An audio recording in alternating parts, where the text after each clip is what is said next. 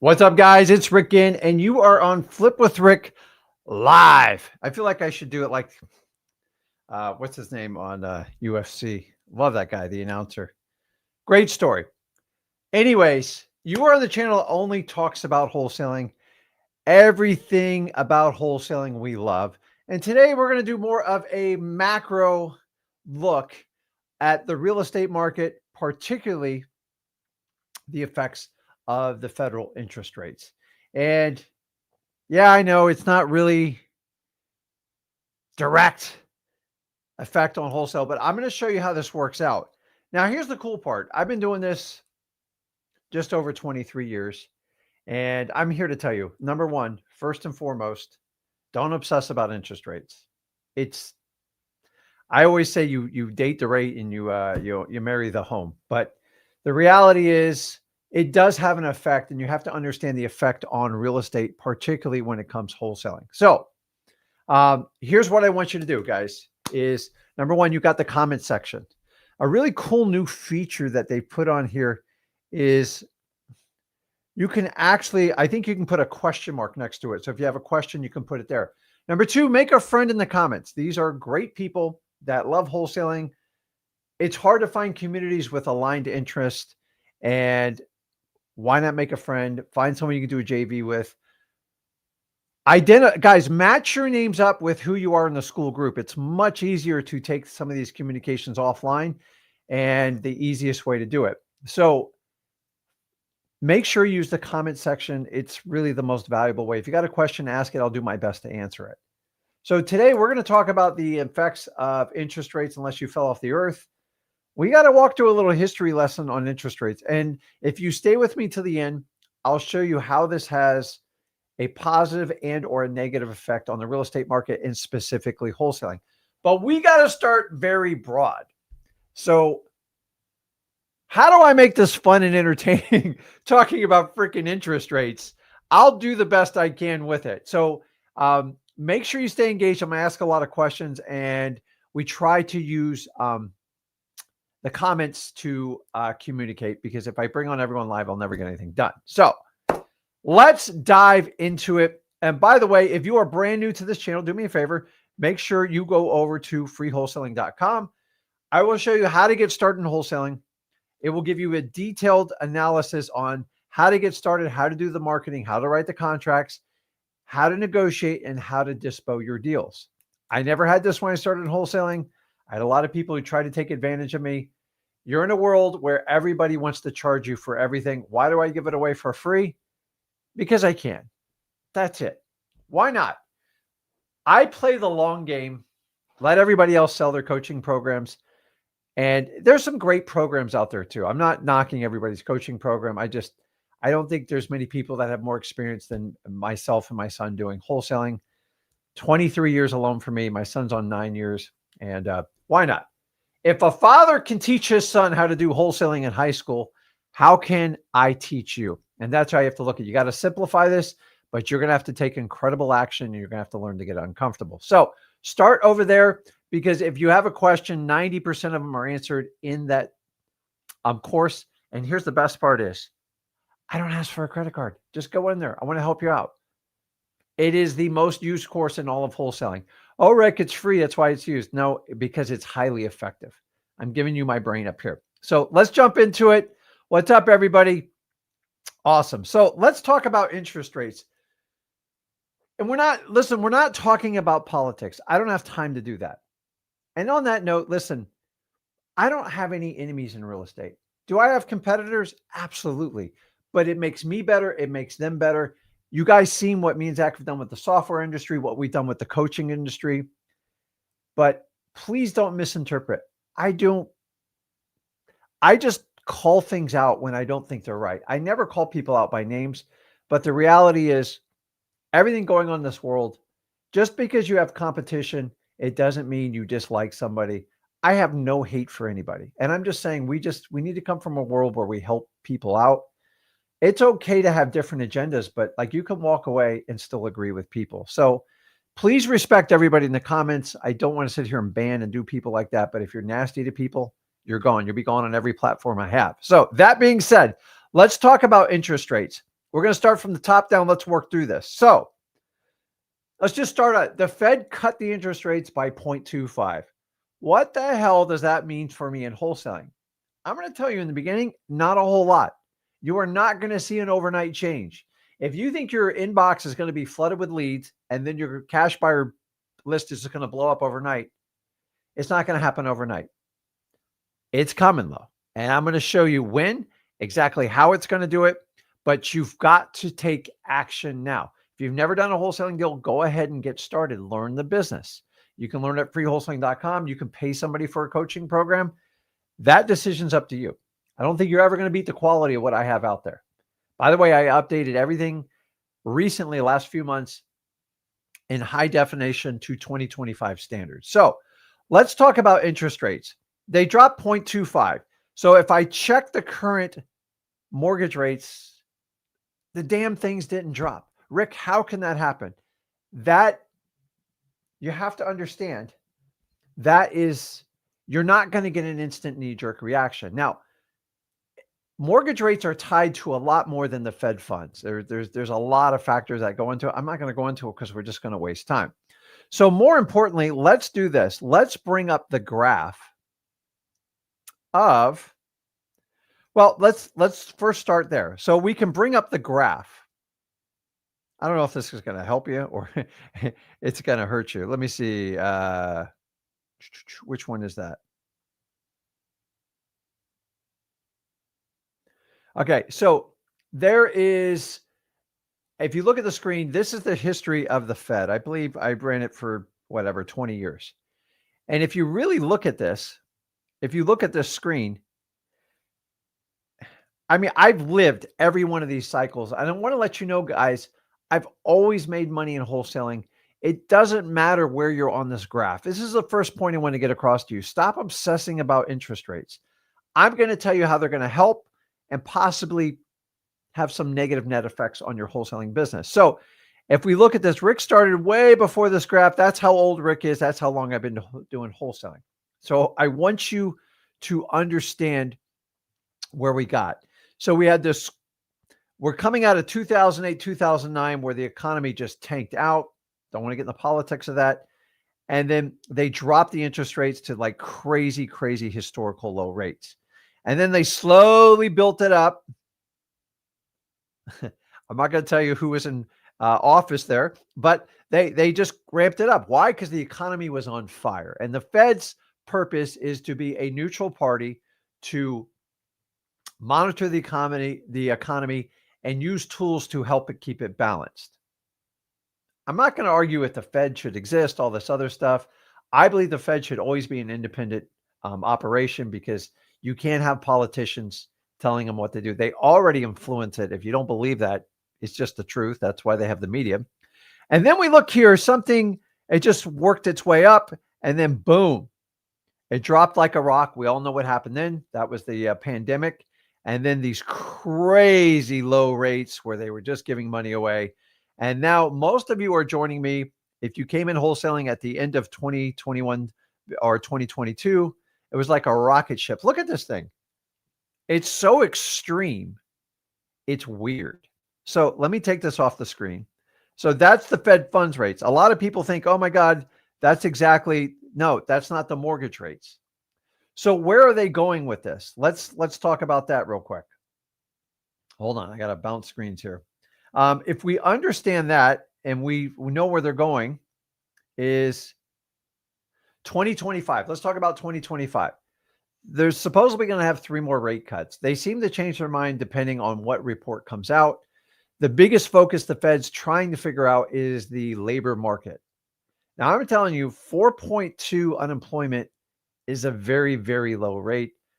I'm used to 5% being the standard. If the government could get it below 5, they were happy. Dude, we've been at like low 4s, upper 3s, like forever. And I don't know if I believe these numbers anymore, but I'm not here to tell you what data, economic, government data I believe in. I believe in Rick's data, but that's it. So 3 more cuts. So that 3.6 is the Fed funds rates. A lot of people go, oh, that's supposed to be the mortgage. No, 3.6 is the Fed fund rates. And then the banks set the decision on how much profit they want to be making, and it's based on competition and a whole lot of other factors. So they are required by law, a certain amount of monies, yada, yada, yada. So let's talk about the 2026 target.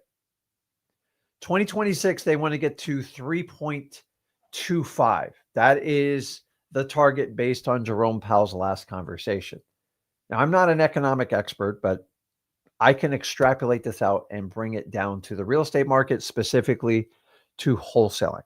So the first thing we have to do is understand, let's talk about mortgages, because this is going to have the biggest effect on how we handle wholesaling. Now, what I want to do is let's bring up the graph of the mortgage rates historically. And they're obviously they're going to mirror the Fed funds rate. It's just going to be a little bit different. So if I do that, 30-year mortgage average, because that's what affects most single family residents. So hopefully you can see my screen here. This is absolutely insanity when you look at this. Okay. This is the best history lesson you're going to get on wholesaling. Nobody ever really, people talk about it, but here's the cool part. You see this, that little gray mark after 2000, that's where Rick started. And I've looked at the mortgage rates have actually been pretty steady. You look at 1980. Do you know 1980 was one of the sweetest spots for wholesaling and creative financing in U.S. history? Why? Because nobody could figure out. You had rates as high as 18 and a half. What is it? What's that number? It's like 18 and a half, almost 19%. Try to wrap your brain around that. Try to figure out who was in office then. But it was just nuts. But like, you got to understand, this ran for a good 5-6 years. And then we look at it and we work all the way over there. Let's go in the modern times, 2000. Things were really steady when Rick started out wholesaling, and I got deals. But if you want to really look in on this screen, if you look from 2013, 14, all the way to 2022, that is when rates were below 5%. Why is that important, guys? I want you to understand this is a great lesson. This is incredible.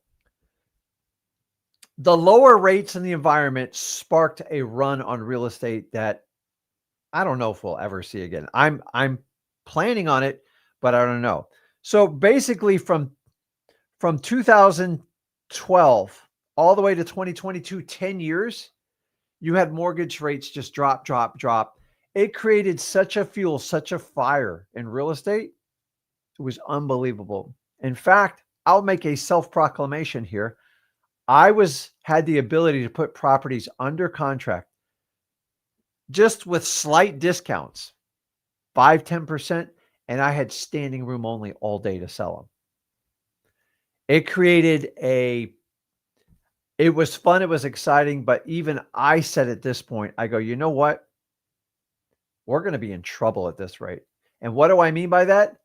Everybody from 2012, 13, right there at 2013, where's that little dip? They thought they were Albert Einstein when it came to wholesaling.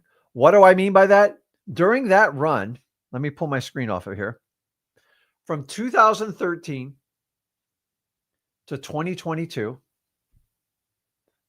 it was hard to screw up wholesaling. In fact, people stopped using fundamentals. We've seen this happen in the stock market over and over. And I want you to understand what happened here. Why am I harping on 2013 to 2022? This is when you guys got bombarded by internet marketers, specifically wholesalers, selling coaching courses.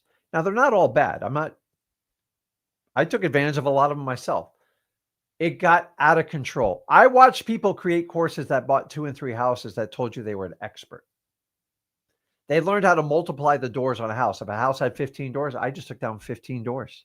And I'm like, from 2013 to 2022, it was really hard to screw up wholesaling.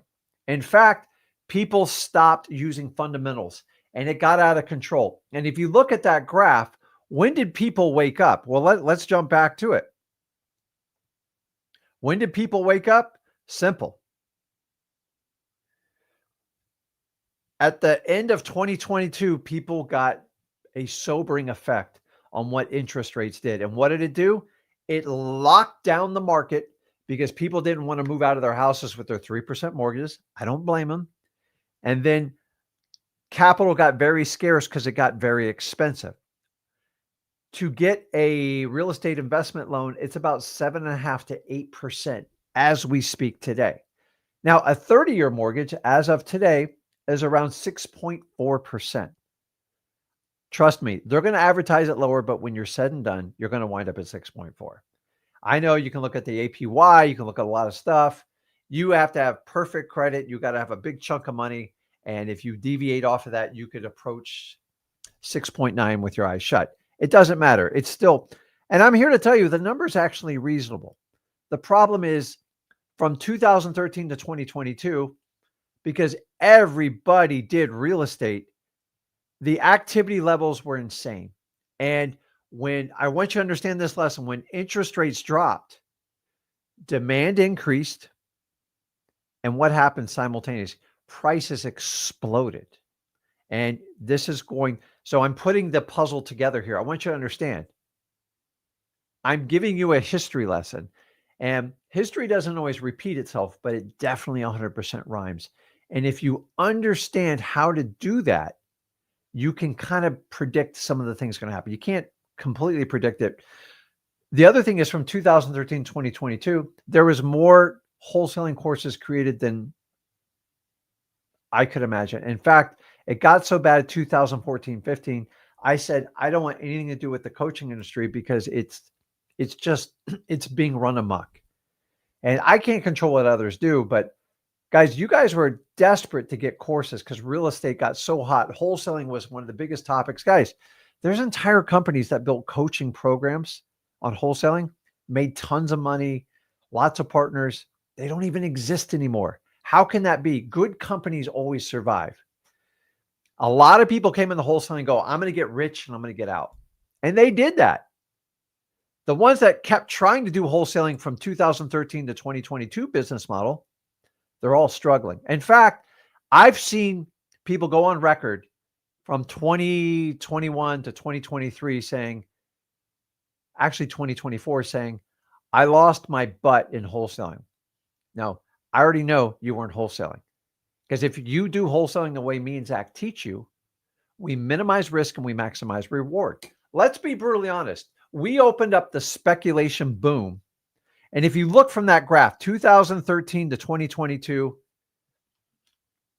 I don't know how to tell you this, dude. I could have had my cat done wholesaling and it wouldn't have screwed it up. That's how easy it was because you had rapidly depreciating interest rates. We had extra inventory and it was just, you could find motivated buyers. You could find sellers that would overbid for the properties. And guys, it created to me one of the most unrealistic markets I've ever seen. And I just said, I'm not going to get in this mess. And people, coaches everywhere bragging about how much money they're making. Not, a few stuck around, but the ones that did speculation, they tried to apply the rules from 2013 to 2022, and it doesn't work anymore. Why? Buyers aren't chomping at the bit. Sellers are very wise to their values. They have a lot of information, and AI has taken over.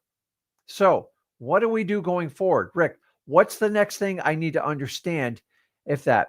So if you follow a program from an investor that started in 2013 and retired in the early 2020s, it's going to be bad information. I just have to give you a public service announcement. They're telling you the method I did 10 years ago doesn't work today. Now, all methods have to be updated. I'm not an idiot. But there's a distinct difference between wholesaling and speculation. Speculation, let the fix and flip guys do that stuff all day. That's what they do. They have to speculate. They hedge it and they usually bet well, but eventually they're going to have some losers on it. If you do wholesaling correct, you don't take that risk. And that's what you have to understand. So I don't care where the market is. Let me pull this up here. Rule number one, I don't care if the market's at 19% or 2%. Wholesaling always works. people that don't know what they're talking about when it comes to wholesaling go, oh my God, the interest rates went up. I'm going to do this. Oh, interest rates down. Now I'm going to do this. Here's the thing. If a stockbroker tells you you can't time the market, why on earth do you think you can time wholesaling? I don't know. Hey, but you got to understand this. So stop trying to find that perfect moment to get into wholesaling. Now is the best time to get started. We have to understand that. Now, knowing that, I'm looking at your questions, comments and stuff when we put it in here. So if we know that, we know where the targets get, we're talking about interest rates. Here's what you have to understand. I'm sorry, I'm organizing my thoughts. I got ADHD. If you don't know that, sorry to disclose it. It's a gift. It's not a curse. I don't enjoy it, but it has its place. Anyways, lost my train of thought. So when it comes to real estate, I want you to understand it is a slow reduction in interest rates. It is going to have a massive compounding effect. In fact, when those interest rates went up, you guys didn't feel it for about a year and a half. Right now, in 2025, you're feeling the entire hangover effects of high interest rates. What's the effects? Affects affordability. People can't afford mortgages as much anymore. Investors don't want to put their money in there because it's too expensive. And it really affects a lot of things. There's so many stagnant markets. We're going to talk about that and show you how to take advantage of them. So it's a slow reduction. So if you were expecting an overnight drop of like 1% in mortgages, no, that's not, but it's coming. It's definitely going to come. We're going to talk about. So currently right now, 6.4%. I looked it up right before I started the show, see if there was a massive dip, and there's not. Rick, I found 5.99. Listen, at the end of the day, there's a number they factor. 6.4 is the average US. And honestly, you're going to have good credit and a good down payment to even approach that number. Why? Because I talk to mortgage brokers every week. Now, what is the target? Where is this going? You guys put it in the comments. If we're at 6.4, where do you expect the interest rates to drop by the end of the year? Please don't put it in Chat GPT because I need you to use your brain and exercise it. So we need to come to a consensus here. Where are we going? Steve's looking for 3%. So am I, but I can't even get the Fed fund rate at that. So I don't think we're going to be able to borrow less than the Fed funds. So we have to do that. I got 6. I think that's a great guess. I got another 6. I'm paying attention to what you guys say. I promise. What's up, Hector? Josh says 5. I think Josh has started happy hour a little bit early. Well, it depends if you're on the East Coast, you can do it. Steve says 4. And listen, I want it. So I want to show you what the Fed's forecast is because that's all that really matters. So the target rate based on what they've set out for the end of the year, just so you know, please don't have a heart attack on that. We're at 6.14 right now, 6.4. This is where we're going to wind up at the end of the year, 6.15. Rick, are you kidding me? They're going to cut 0.75. You assume that 0.75 is going to translate mortgages. It doesn't do that. It has to have a compounding effect.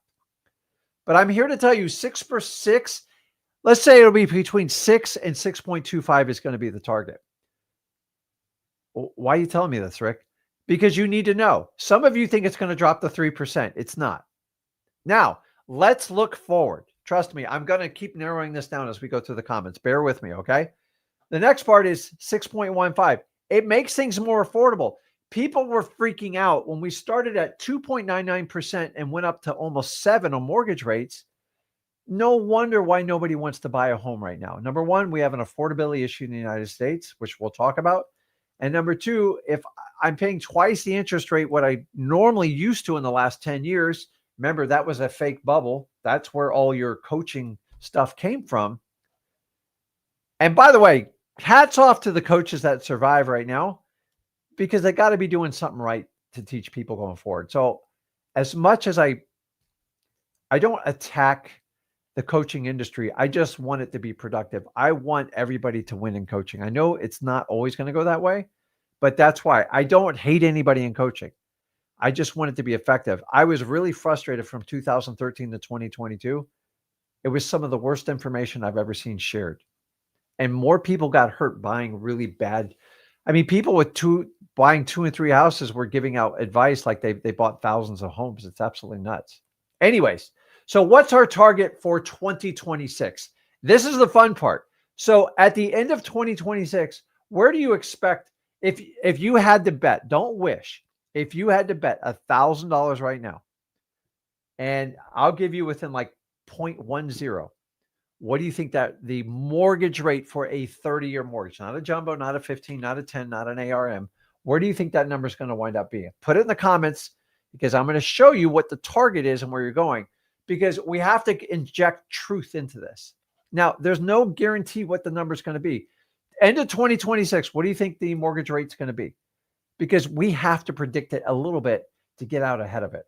So put in the comments what you think December 2026, what you think you expect a mortgage rate to hit at. So we're getting close here. Now, if you have to bet with your money and not your heart, at 4, I got 5.4, 5.3. I think you guys chat GPT did this. 5.7, 5.5. So based on, so we got a range of like 4.25 to 5.5, 6.1. Now, there's no guarantees on it, but this is basically once you dig through all the Fed stuff, and you got to dig, the target is 5.25. So guys, listen, I don't think we're going sub 5 anytime soon. Good news, bad news. But guys, from 7% to 5, maybe it gets 5. It's not going to go below 5. It's something you don't want it below 5. Do you know why? It means something drastic happened in this country. And the idea is you should always have the rate set to where if something terrible happened, a stock market crash, a war broke out, or some terrible, terrible attack on the United States, they got to do stuff to incentivize. The problem is when you get down to like under 3%, there's really not much more room you can go. So you got to be careful because low rates, and we're going to talk about the effects of low rates, what it does. So that leads me to the next thing. What is the effects of the interest rates, particularly the Feds, how they affect the real estate market? Now, there's 2 ways they affect it. 2 simple ways. And that's it. I really don't. And then there's a whole nother list of things that it's going to affect on it. But we got to talk about the effects. So first thing you have to understand is the perception of real estate. So we talk to homeowners every day.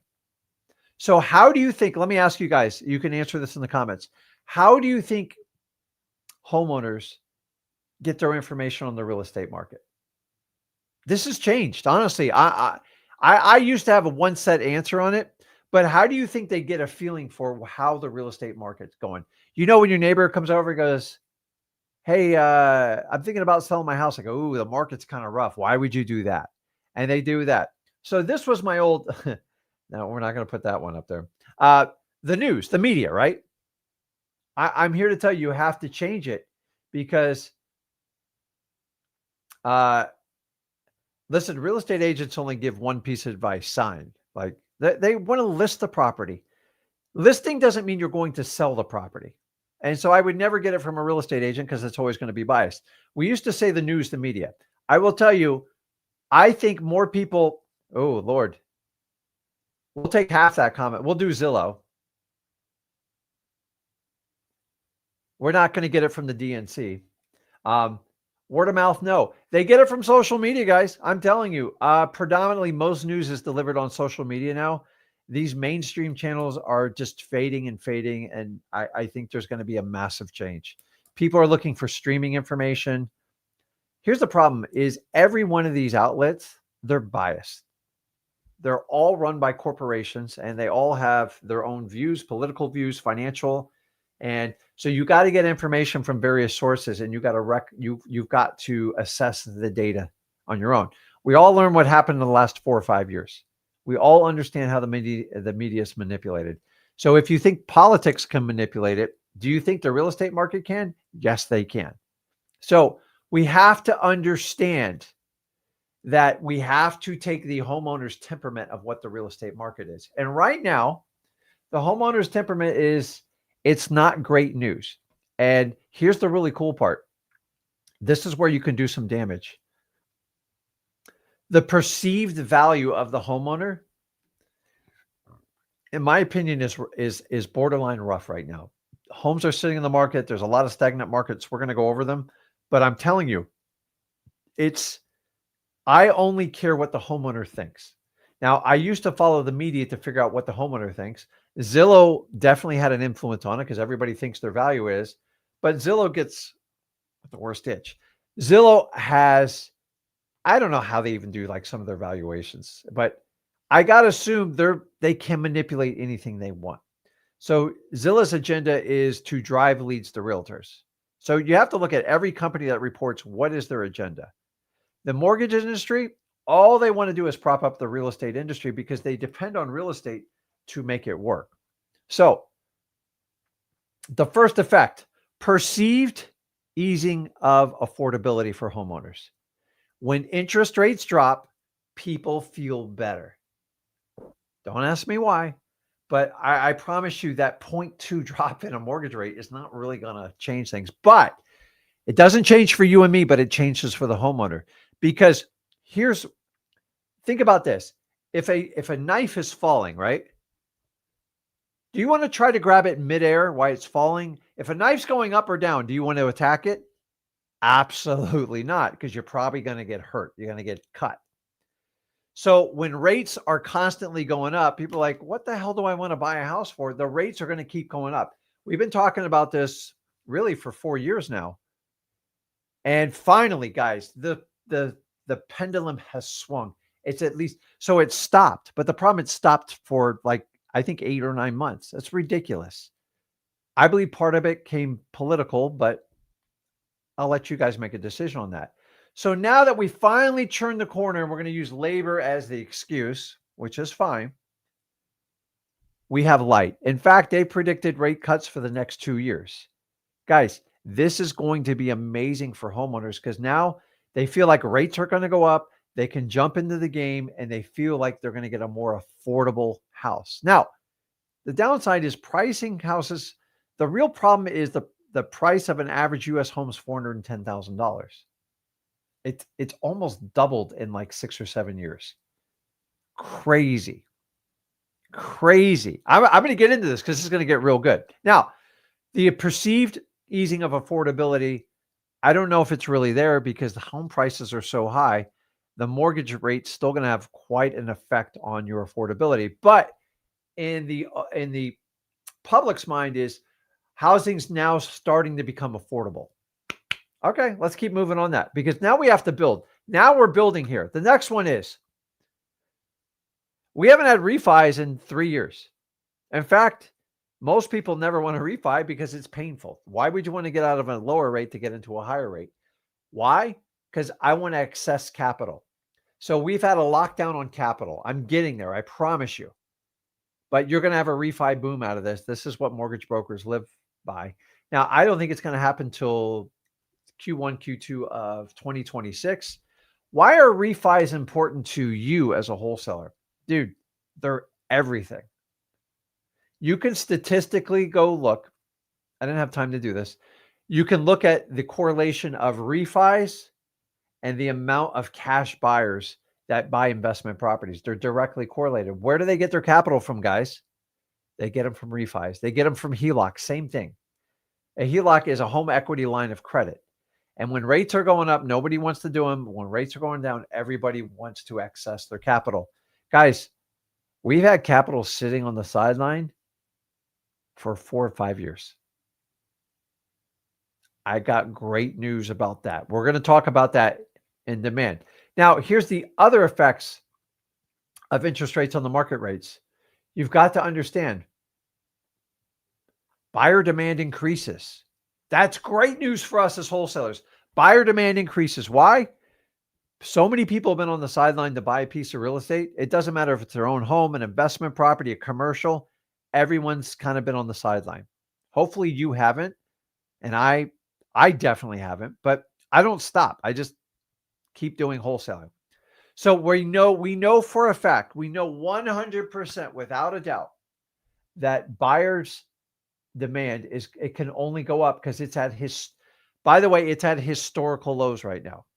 So we got some weird stuff going on here. Now, let's just keep. I want you to understand this because my ADHD might kick in. I might lose you here, and I apologize. So this is where my son reels me in. I want you to think about this. Think about. I'm not asking you to pick political sides. That's not my point here. The current administration, call it the big beautiful bill. There was a lot of crap spending in there. I don't want to don't get me started on that. We could do an entire show on that. But they put tax incentives particularly designed for the real estate investor. Now, Rick, what the hell are you talking about? Honestly, this bill, the previous administration was cutting out what I'm about to show you that you can do.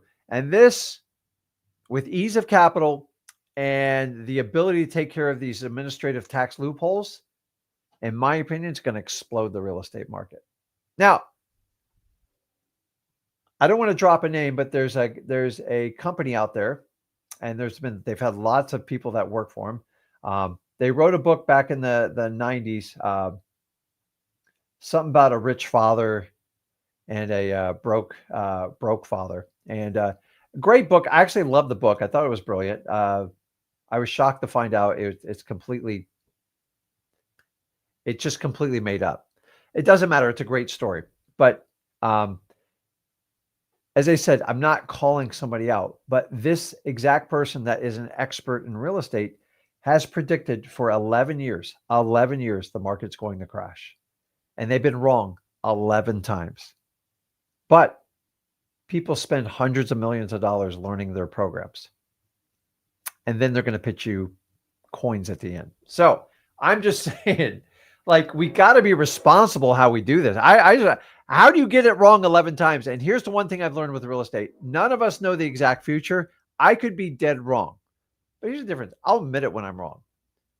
But this idea it's going to crash, if I followed this person's advice, I would have had to sit on the sideline 10 years. It would have cost me a fortune. And I want you to understand, you've got to look at it. So the current administration has done a reward. The last administration was just closing this off.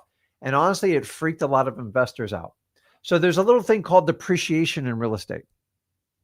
And in the big, beautiful bill, not my name, that's what big BBL, right?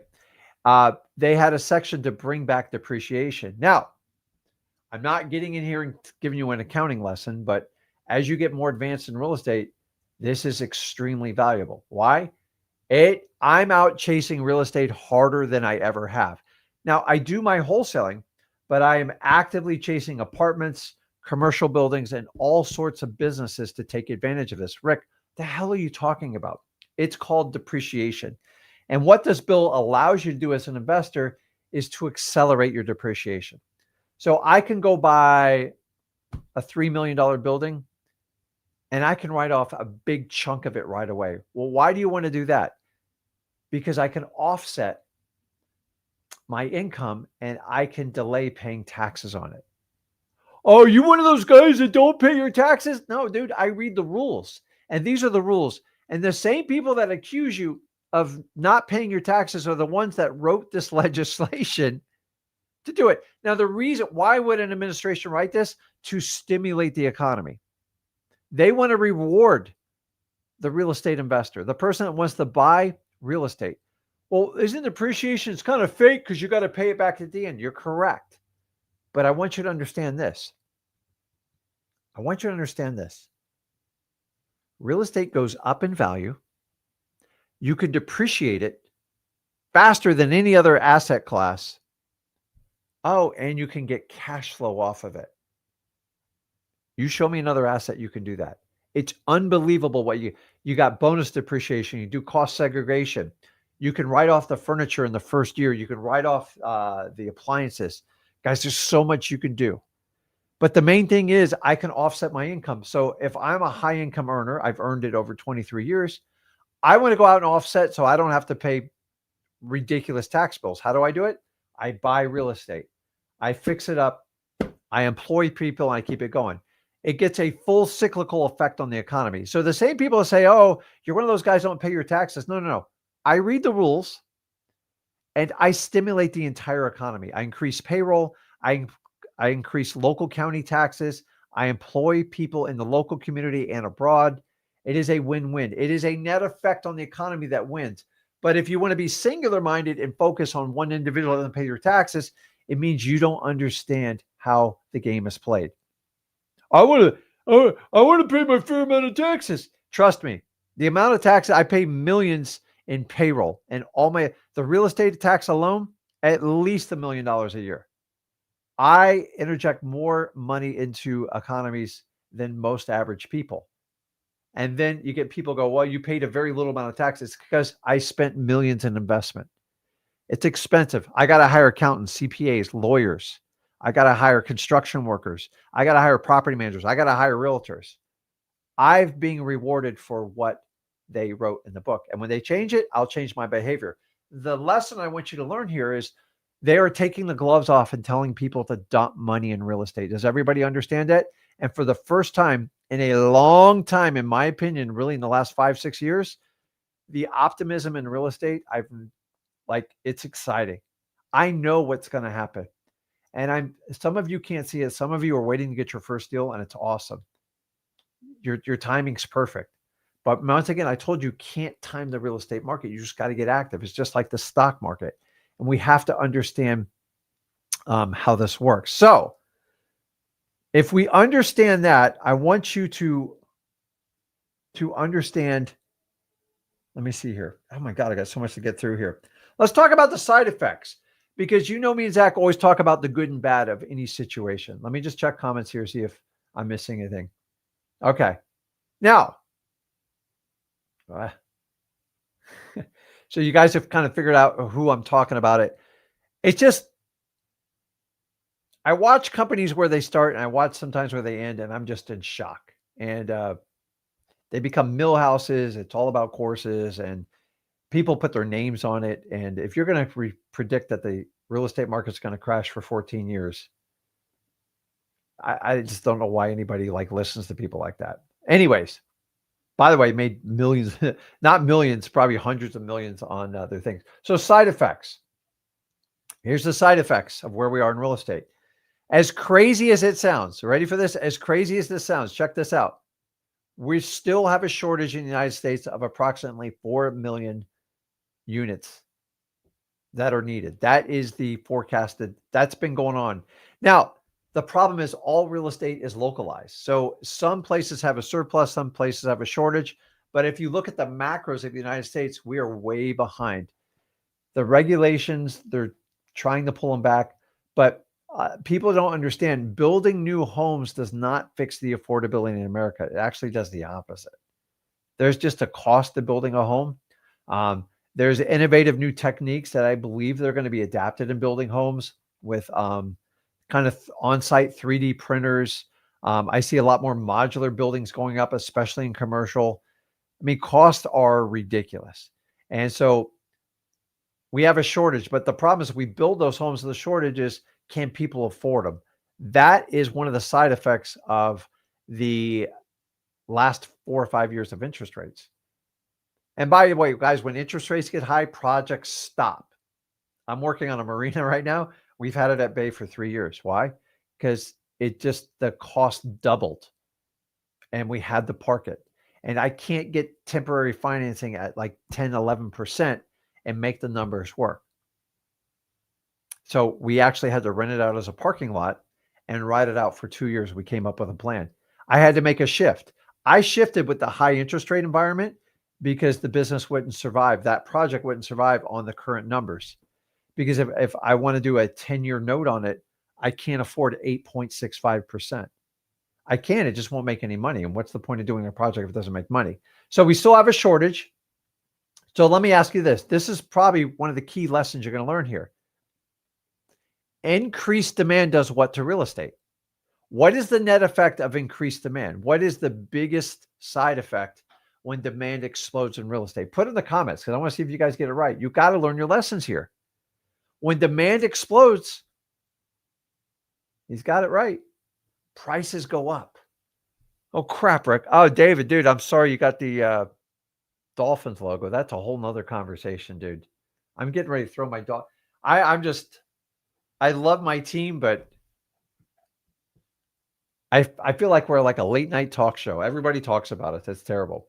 Anyways, you're right. Increased demand drives up prices. Whoa, wait a minute, Rick. We already have a pricing problem. I know. This is the side effect. This is the ugly part I'm going to share with you. We're talking about increased prices. We're going to increase demand. Prices are going to go up. Mortgage rates are going to go down. So did we solve the affordability? No. And guys, listen, I don't have an answer to solve the affordability. We've created this problem in the United States. We print money. We borrow. We owe like $36 trillion. Until fiscal responsibility comes in the government, prices are just going to keep going up. So you, the wholesaler, has to learn how to make more money and learn the skill set so you don't have to depend on the government. I just don't think there's a way to just, do you really want the government, like in California California, they have rent caps and they think that helps the market. It destroys the market. Why do I want to buy an investment property in the state of California if the government's going to tell me what I can rent it out for? What's the point? They're getting ready to do this in New York. I think New York City, to be fair. And listen, New York's just, there's a reason it's unaffordable. It's because it was colonized early and it's built out. There's nothing left. You only have one way to go out when all your units are built out. There's no more space. They go up. They've already gone up in New York. What do you want them to do? Oh, we're going to do rent freezes. Oh, okay. Everybody's going to get the hell out of New York. New York will be broke. I already know what's going to happen with that one. Once again, it's not political. It's just facts. Prices are going to increase. Now, here's the good news is, who likes competition? Raise your hand. You guys think we're like competitive. But competition, I'm here to tell you it's good for you. It's good for me. It makes me deliver you guys more. If I had no competition, I'd probably be lazy here. I'd probably talk about the Miami Dolphins and UFC all day. But I'm not getting business done when I do that. So I'm here to tell you, I want you to understand, I'm reading comments while I do this because I get distracted. Competition, Michelle nails it around. By the way, Michelle's been on here a long time. Shout out to Michelle. Competition is good. If I get rid of other coaches, stuff like that, it's not good because there's nothing for me to show up for. I'm here to give you the facts, to show you how to do wholesaling, give you an opportunity to partner with me, and honestly squeeze the entire software industry. Am I squeezing the coaching industry? No. I've adapted. Just other people don't want to adapt with it. You want to keep charging these ginormous price modules, go for it. I'm fine, but there's competition. And here's the competition with you guys online. It's with your money. Obviously, I don't take any, so it's easy. I do take it for deals and stuff that makes sense. And number two, your time, your attention. You're going to pay one way or the other. With me, you just got to pay with your time. That's cool. So as he said, competition breeds greatness. Excellent. So why am I talking about competition when we talk about wholesaling? The reason for this is competition works both ways. From the buyer side and the seller side. Think about this for a second. Competition creates FOMO. Somebody put in the comments what FOMO means. I'm going to save time here. If you get two cash buyers going, so we're like right now, one of our problems over the last 3 years is when we get a deal under contract, some of them fly off the shelf and others we have to beg people to buy. Now, from 2013 to 2021, I didn't beg anyone to buy my properties. In fact, I didn't even have to work to sell them. In fact, they bid them up like I was a realtor. It was embarrassing. I was ashamed during that time. I go, this is not wholesaling. I took advantage of it, but I didn't want to create a course because everybody goes, I got the latest, greatest thing, how to do wholesaling. I'm like, oh God, that'll work for the next year or two, and then it's going to fall apart. And that's why people got so frustrated in wholesaling. But FOMO, let me put it up there. That's freaking hysterical. So it stands for fear of missing out. Michelle said fear of making offers. Actually, very, very smart. But I want you to understand it's, oh, dude, you guys are freaking hysterical. This is great. I can even make this crap up. I love it because I did LAO versus MAO. You guys are being resourceful with the comments. I love it. That's right, guys. Something happens. If you ever wanted something, if you've ever done any auction online, The minute somebody else has interest in it, it's a competition. And competition accesses your subconscious mind. It says your ego just jumps to the front. Guys, I've done this and I'm embarrassed to say it. I just want to win at all costs. I'll pay top dollar. How dare you try to outbid me? FOMO is your friend when it comes to selling and dispoing your deals. Without competition, it sucks because they can pick you apart. And I'm telling you, this is going to be one of the greatest, coolest things that you're going to experience in wholesaling. Most of you the last 2 or 3 years, let me tell you, if you survived wholesaling in the last 3 years, you should go get yourself a little medal because it hasn't been easy, particularly on dispoing your deals. Rick, I only got one guy's interested. He's beating the crap out of me. I know, just going to have to keep working it. So if we know that and we understand that, the FOMO is, it's this inner gut thing to where your ego takes over. And if I tell you have to check your ego on wholesaling, you understand why FOMO is a problem. Now, here's the cool. FOMO works for buyers. FOMO also works with sellers. If they feel there's perceived competition and people are putting their houses on the market, they're more apt to sell their homes. Guys, this is going on in markets all over the country. Let me keep going because I got a lot to get through. I forgot many notes I put in there. The bottom line, guys, is, dude, lock in. You got some good times coming ahead of wholesaling. Now, you're still going to have to put in the hard work, but I got to tell you, dispo's been challenging the last 3 years for our companies, everybody we deal with, and we get a lot of misses, meaning we just don't have enough buyers. The product is correct. We find motivated sellers on distressed properties and sell the contract. That is our product. Our customer is the cash buyer. And when customers wane because interest rates go up, there's no more competition, and the government threatens to reduce tax incentives for real estate investors. This is how we wound up in the current state we are now. Now, we got a long way to go, guys, but like if you start the ride right now, you are going to be blown away. Now, there is one big piece we're missing here, and we need to talk about it. Oh my God, I can't believe this. I can get through this much stuff. One big piece that nobody wants to talk about, that I've been really watching this carefully. Now, guys, I study all markets. I'm pretty astute at investing. Obviously, I'm biased with real estate. So my heaviest portfolio is in real estate, but I do the commodities market. I do the equities. Man, you do it. I do it. This is why I don't have to gamble, because like, I feel like once I got outside of real estate, I'm somewhat gambling, but I love it. So let's talk about capital stimulation. What the hell is Rick talking about? No, I guess I could use the better choice of words, but capital. Think about this. Let me ask you this. What do you think the average rate of return for the typical investor is right now? Let's start at the base bottom. If I want to put my money in a CD, what rate am I going to get on a CD at a bank? This should be your lowest, just so you know. Any guesses in the comments? Open up a 6-month CD, a 1-year CD, how much I'm going to get. By the way, I have no idea in today's world why people would even buy a CD. It stands for certificate of deposit. It's one of the oldest schools of investing. It's horrendous.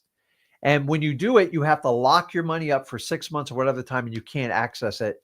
And they pay you a crap rate. So I'm assuming you can get a CD around 3%. I think Veronica hit it right on the head. And you can't liquidate it. I don't know. To me, it's not liquid, and you don't get a good rate of return. So we have to understand the market where people can put their money. So follow me, because we got to follow the money. That's the key here. So if we understand that, is the rate of return is, let's go to the extreme.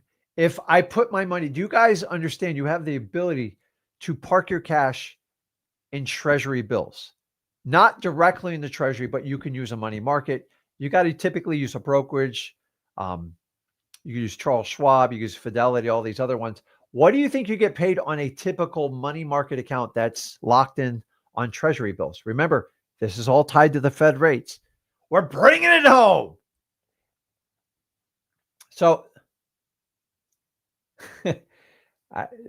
so about 4%. So I checked today because I use this one, like my cash for my company and personally, the cash I want to keep, the stuff I need to keep it liquid, to pay bills and do everything, is about 4.25%. So obviously that dropped when they lowered the points. So I'm probably going to go down around just around 4%, probably 3.89 here in the next 30 days. And why is that important? Because my rate of return is, oh crap. Now, here's the beauty of it. I don't know why anybody would buy a CD. It just freaking blows me away. If I can put my money in a money market that's invested in T-bills and I can get like 4.25%, what's the downside? Number one, is there any risk? No, it's guaranteed by the United States government. I don't know how good of a guarantee that is, but to me, basically FDIC, because they have to pay that obligation back. Number two, what about liquidity? Guys, how long do you think it takes me to access that money at 4.25? 6 months, 3 months, 30 days? What do you think the number is? Put it in the comments. And I'm giving you an education on how to park money. And guys, listen, here's the deal. You can put $100 in that thing. If you go and put in a savings account, does a bank even pay you right now? I don't think they do. So guys, I'm here to tell you, I see 6 months. I see 3 months. George says instant. Someone says a year. Let me teach you a little lesson. It's 24 hours. That's it. That is my liquidity issue. So why in the hell would I buy a CD at like at 2%, maybe 1.5%? And I got to lock it up for 3 months, 6 months, or a year. Oh, if you do 5 years, they'll give you 4%. Put your money in a money market that's correlated with T-bills. They're very easy. You can do it just online. If you guys have cash parked, if you don't have it in an interest-bearing account, you're losing money because inflation is going to eat you alive. It only takes 24 hours to liquidate the money. Now, some of them might have minimums like $5,000 or something. You can find some lower level ones that pay a little bit lower interest rate that maybe have $100 minimum. So, but here's the challenge. Tax liens there's no liquidity. Tax liens have nothing to do with wholesaling. But so right now, so we've already told the bottom of the investment, which is close to zero. And then I can get 4.25 with no risk and 24-hour liquidity. I need you to follow this train of thought because you got to understand how people park money, because we're looking to access capital that basically, honestly, I keep 15, 20% of my holdings in cash and I get a great return on it. It's actually, I've fallen in a false sense of security because I'm used to getting 4.25, 4.5% on money parked in the bank. It adds up quick. Now, I'm just a small player in the big scheme of things. Think about this. So here's your question. Who has all this money? I've already told you. Where do you think a majority of the cash sitting on the sidelines? It's not CDs, guys. Put in the comments if you know what I've already given you the answer. Where is all this money? Who has my money? You guys, you got to go back and watch the Jerry Maguire movie. He says, where's the money? Where's the money? And if you understand this, I'm going to unlock the key to this live stream.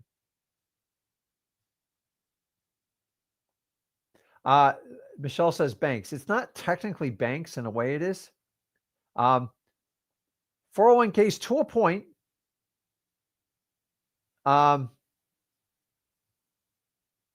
Roth IRA, no pensions, government. Guys, it's in. You ready for this? I already gave you the answer. It's parked in money markets. Let me show you a stat. This is going to blow you away. I just couldn't. Who has my money? I'm about to show you here. You ready? Let's see. Let me share my screen. This is staggering.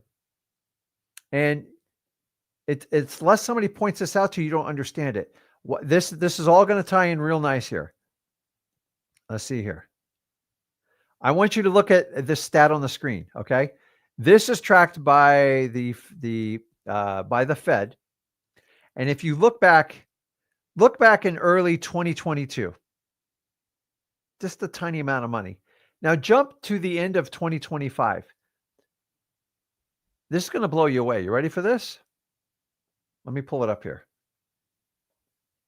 $8 trillion is sitting inside of these liquid money market accounts. And what do you think is going to happen when they stop paying that 4.25%, and it gets down to the low threes? Because guys, here's the problem is every investor's goal, I want you to hear me out. Every investor's goal is to beat inflation. So if inflation hovers around 2.93%, and they're only going to get 2.93%, their best they're doing is breaking even.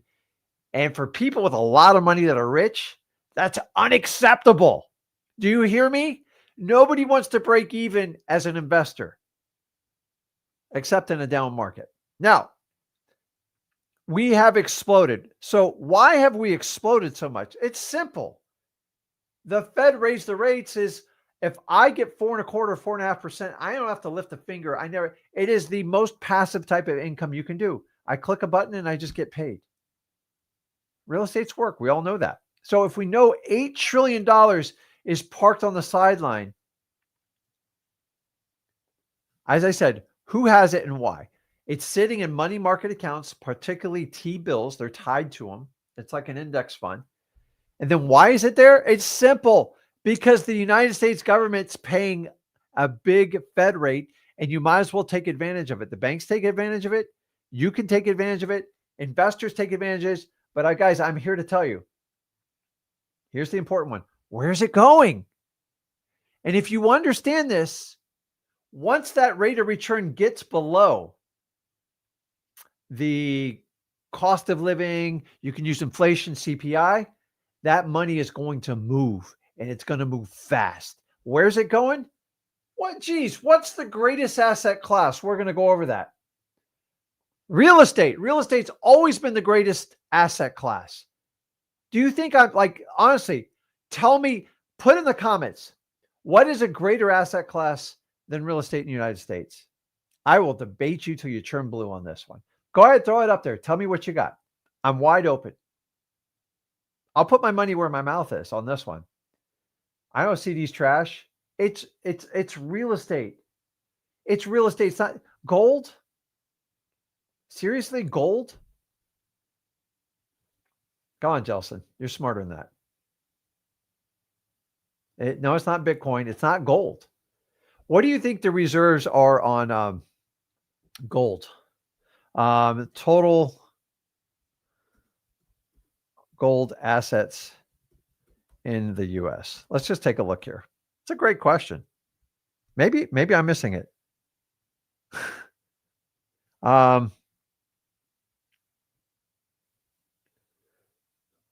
What's the value of it? I got the ounces, but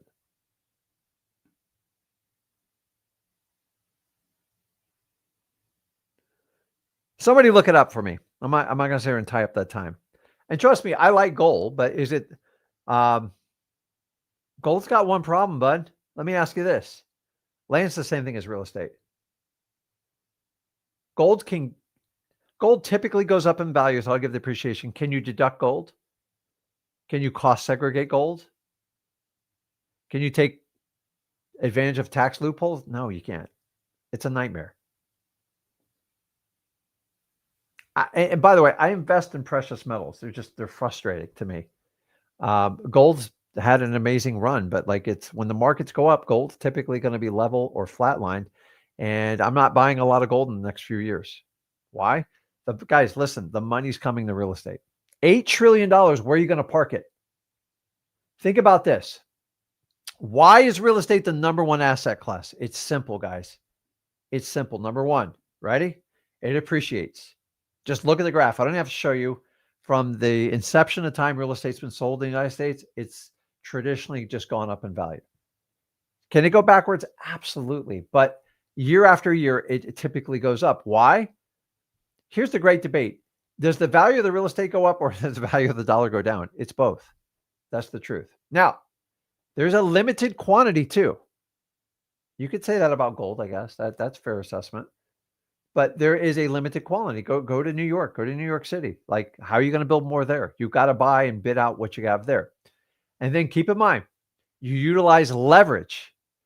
Let me tell you, go try to buy gold. Go to the bank and go, listen, I want a $100,000 loan to buy it all in gold.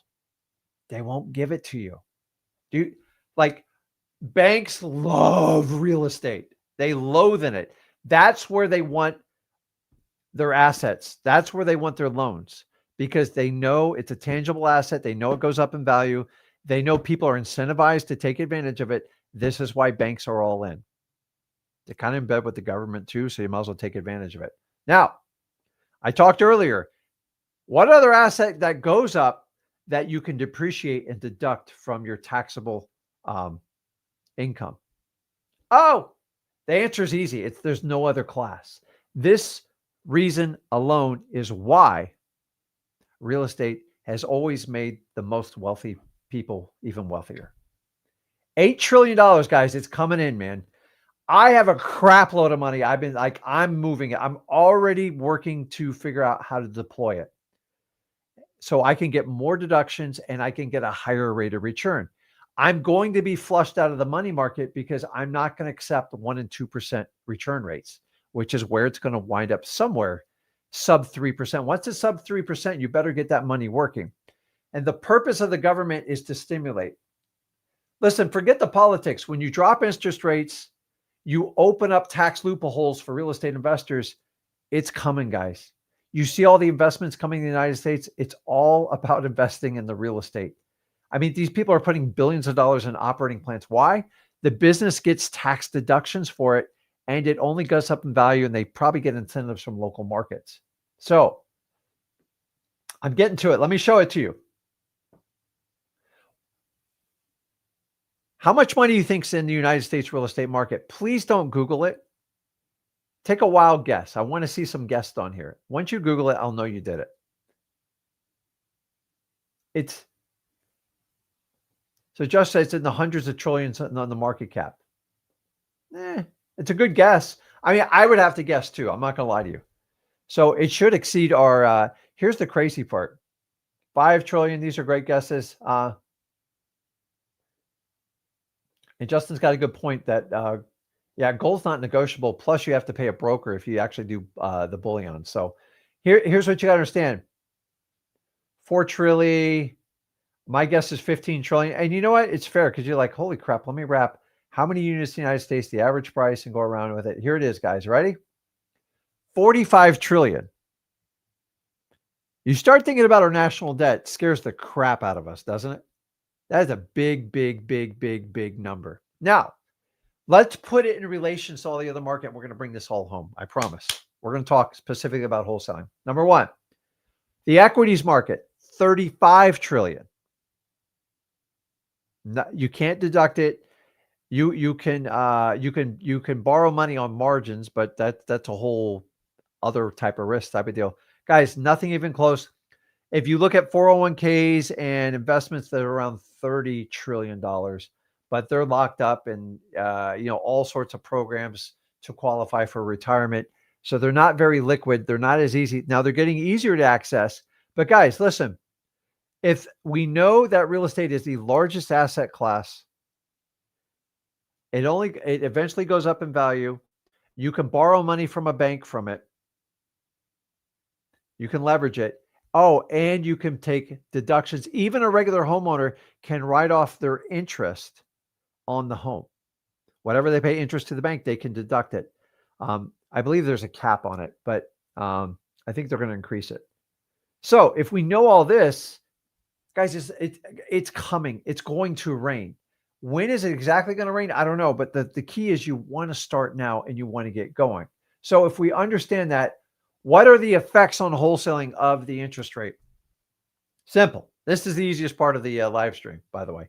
The other stuff took some actual work to do it. Number one, you should, in the long run, see much higher assignments. Why? More competition, more cash buyer creates FOMO, and you should be able to get a higher price. We've been struggling in this last 3 years. I don't even hide it from you. I've already told you, you got to do some work in dispo. It's one of the reasons why I created me and my son created the X Leads, because we want you, we want you, I'm sorry, I'm thinking here. We want you to have success, but like we have to solve problems when we do it. Now, you're going to get higher assignments. You're going to get much more buyer activity. This right here is the key part. By driving the incentives from the government's tax loopholes, which I've already signed in the bill, and we're already seeing the net effects of that. That's why you're seeing all this stimulation of all these trillions of dollars flowing in the United States, because number one, they can do it and they can deduct it as long as they have a United States business. Number two, more activity means more enthusiasm, means more FOMO. More people are going to sell their property. We have so many properties locked down on lowest interest rates. If I have an interest rate of 3.5, 3.99, which is a big percentage of the United States, and mortgage rates get down to 5%, they can stomach selling that house, refining that house, or moving into their dream home. Why is that important to you, the wholesaler? Because it creates action. And the more action, the more opportunity.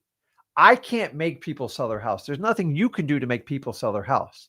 The government, that's a whole different story. They can incentivize anybody to do anything.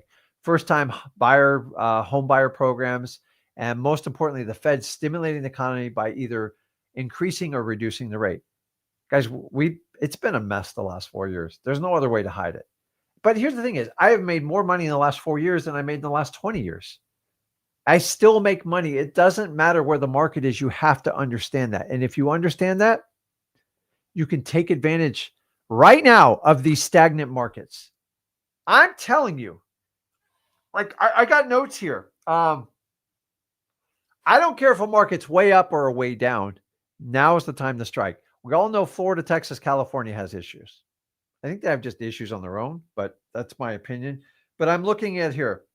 Did you know Rochester, New York had a 10% increase year over year on their home prices? There is an incredible demand going in Rochester, New York. I don't know what's going on. I'm just looking at the numbers. They came in today. Also, Buffalo, New York is one of the hottest markets out there. Guys, this is great news because I haven't heard like these kind of numbers on these types of properties in a long time. So I will tell you, the Northeast is on fire, but they've been down for a long time. Connecticut on fire, 8.4%. New Jersey, 7.3%. And then here's the crazy part. We have a lot of stagnant markets. Florida's very stagnant. Texas, California. West Virginia's on fire, 5%. Illinois, up 6%. Oh, Rick, what don't I want to avoid those markets? No, you want to run to them. Because what happened? The knife stopped falling. It's bounced off the ground and someone's going to pick it up and run with it. I like to chase demand and I like to chase opportunity. But I'm just telling you, it doesn't matter, man. You got to get in these markets and start digging. It is unbelievable. Illinois, 6%. I never thought I'd hear this. West Virginia's smoking, man. And you guys can put in the comments, like you can see stuff going on in your local markets and understand what's going on. Is David's right. Market sentiment's improving. We're finally getting good positive news. And, New Jersey, man, like that's hats off to New Jersey, man. Like it's impressive. It's been a tough fight there. So, and here's the favorite part is that 8 trillion, I bet you at least half that's pouring into real estate right off the bat. Let's go. $4 trillion, man, it's a lot of money in wholesaling. Now, keep in mind, a lot of these hedge funds that disappeared, they put their money in T-bills.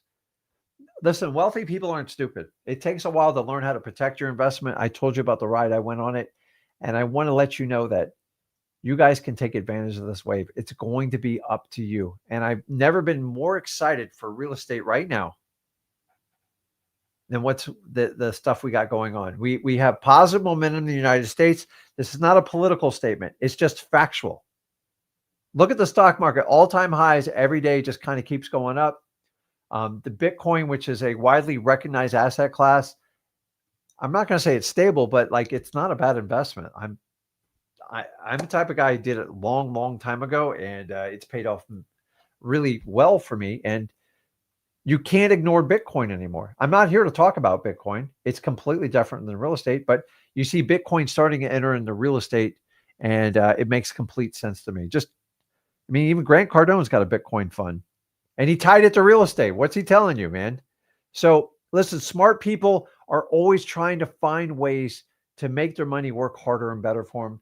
So the wealthy people have had their money parked on the sidelines, and it's time for you and me to grab that money.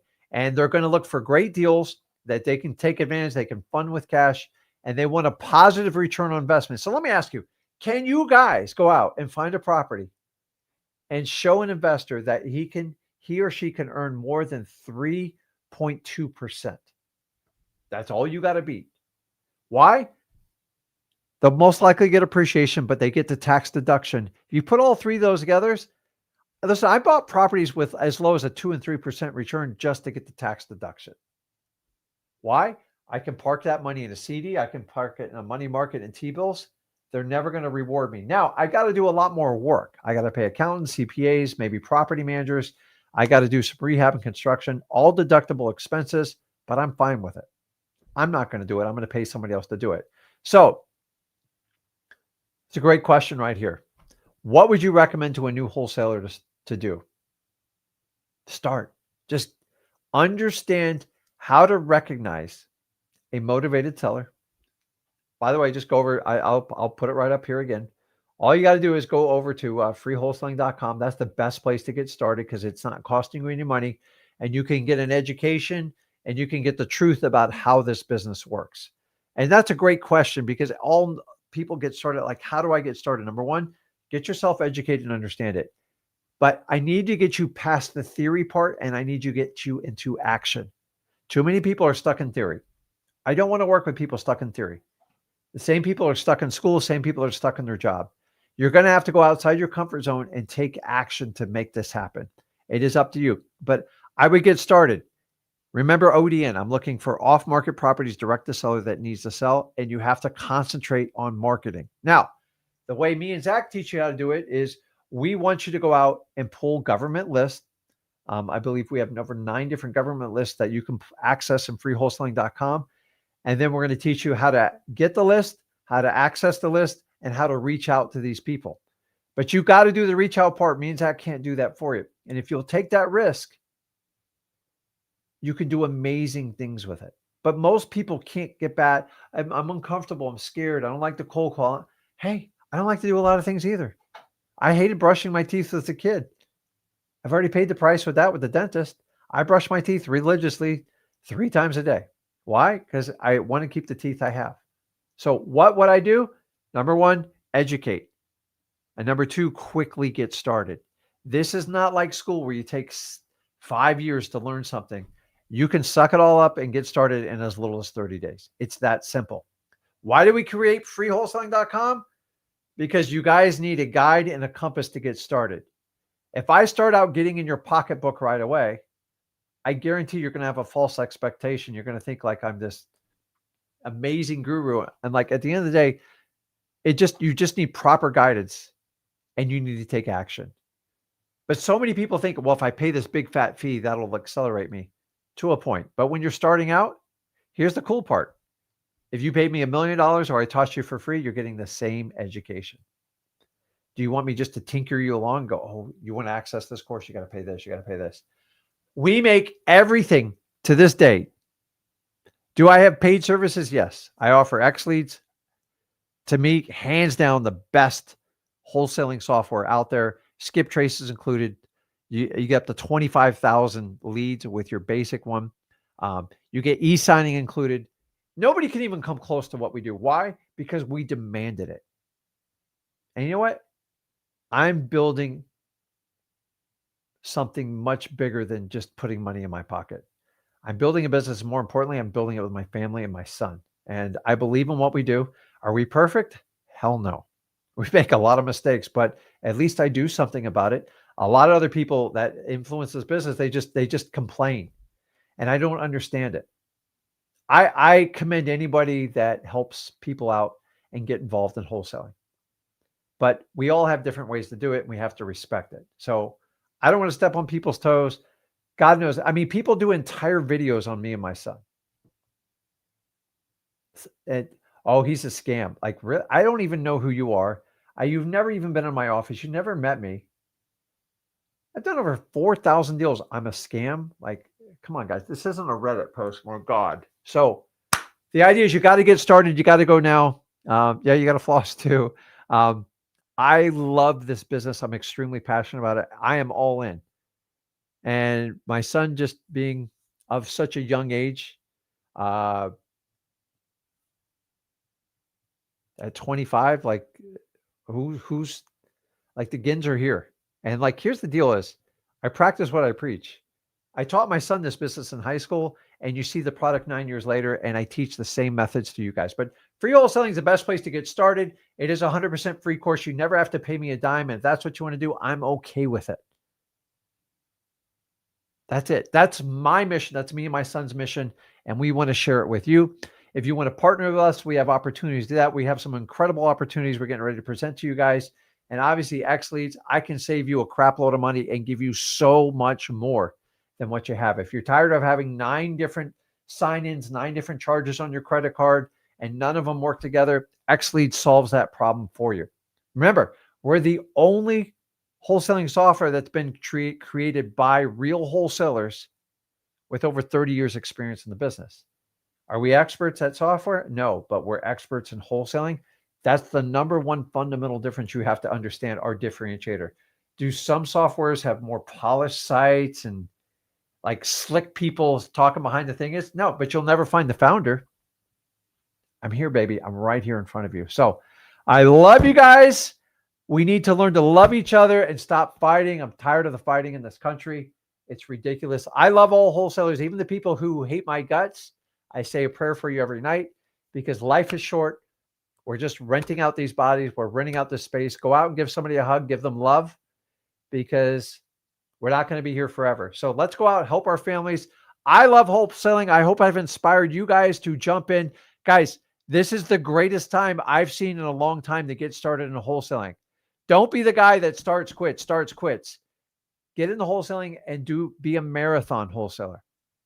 Be the Rick Ginn, the 23 years in business, because guys, I never worry if I'm going to get another deal. As long as I show up every day, I'm here. And remember, I got in this for one single reason, to spend more time with my family and to get out of the chains of corporate America. And I did it. And you guys are seeing my son as a product of what I've done. So all the other people that preach about real estate and wholesaling, I just want you to understand, I did it. I have a full thriving business with my son. I have my family that works with me in the background, and that's who I am. I'm always going to be a family man first. I love wholesaling. It has changed my life. It's changed my son's life. It's changed most of the people that I've connected with right here. So I'm looking forward to it. October 17th, 18th, I'm going to be in San Antonio. I'll be in Dallas just before, but check out Wholesaling Live. I'm actually, me and Zach are going to be speaking there, and we don't speak a lot in public, but I love Charles. I love everything he does for the community. But we're going to go out and close deals there. We're going to find out who the real closers in the crowd. It'll be a lot of fun. And any local wholesalers want to show up, want to connect with me, I'll be there at least 2 out of the 3 days on the 17th, 18th. Look it up, Wholesaling Live.